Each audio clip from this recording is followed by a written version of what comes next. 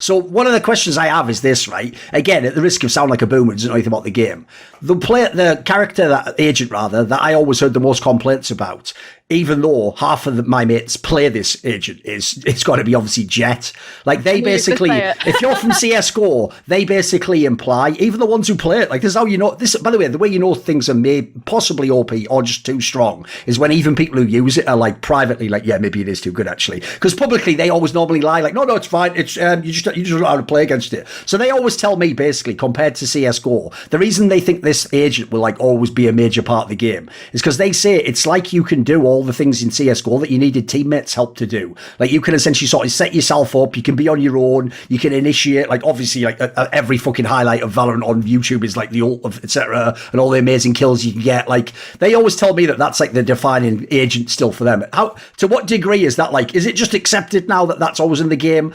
Is it actually considered OP? Where's it at currently in the match? I know a lot of the best players obviously use it, so it's going to look amazing. I think that Jett, and I think this is probably quite a common opinion, but I think that Jett is still indisputably the best duelist in the game. Right. However, so a couple months ago, there was a new agent release called Chamber, and he is now available in pro play for this stage was the first time. And he has been the biggest shakeup to the sort of like, you know, Jett hard-on that everybody has had. Because the big thing that Chamber has that I think challenges what Jett can do, well, there's two main ones. So the really big thing with Jett was her dash, i.e. she can peek, take a shot, and she can get the fuck out. And you know, if you play that well, then you have relative impunity in your fights against other people. Chamber has, he doesn't have a dash, but he has like a teleport. So you can place 2 teleport anchors, and you can, you know, as long as you're within like the AoE of the one around which you're playing, you can teleport back to the other one. So he still has that ability to remove himself. The other thing is Jett is very efficient and effective in eco rounds because her ult basically just completely circumvents the fact that you're running a pistol. Yes. Because her ult is like her knives, and especially if you're playing Jett, you're going to be able to hit headshots, right? So like Jett with her knives is just can turn an eco round around. You will have a way bigger advantage in an eco round if you're running a Jett ult. Chamber, his ult is it's called Tour de Force, and it's basically a glorified op or AWP for you Counter-Strike people. It's just a sniper.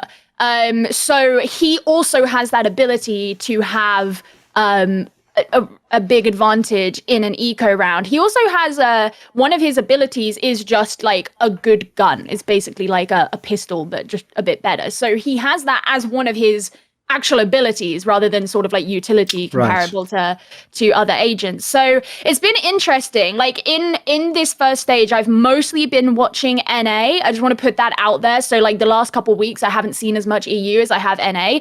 But in NA especially, there has been a lot of players who would have otherwise just been on Jett who have been picking up Chamber instead. Like a really good example of this is TSM. So TSM have pretty much just been playing Chamber.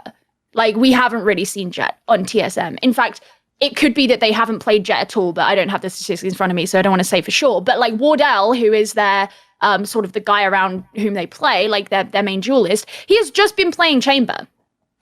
Because the thing with Chamber as well is he also comes under this category that I think a number of the newer agents are starting to fall into, which is they are classified as a certain role, but they also kind of double up into, they sort of extend the boundaries slightly into another role. So for Chamber, he's technically a sentinel, which is, the role is information gathering, right? But people are playing him as a duelist. And the reason that he is a sentinel is because one of his abilities, the trademarks, is essentially works like a tripwire akin to ciphers. So if an enemy walks past it, then they get slowed.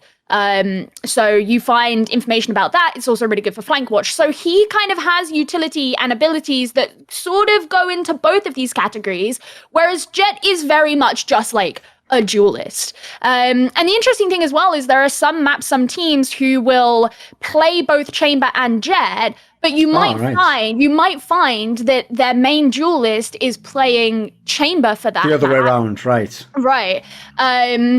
But then there are some where like they will still have like the main duelist on Jett, for example, and we've seen a lot of like kind of switch ups and teams sort of figuring out how to configure themselves around this. But I would say he is definitely the biggest interruption that we have seen to the dominance of Jett. But I would still argue that when we're looking at duelists, like Jett is still absolutely the best duelist, and I'm not really sure how they're gonna one-up Chamber to get ever closer to really sort of challenging her.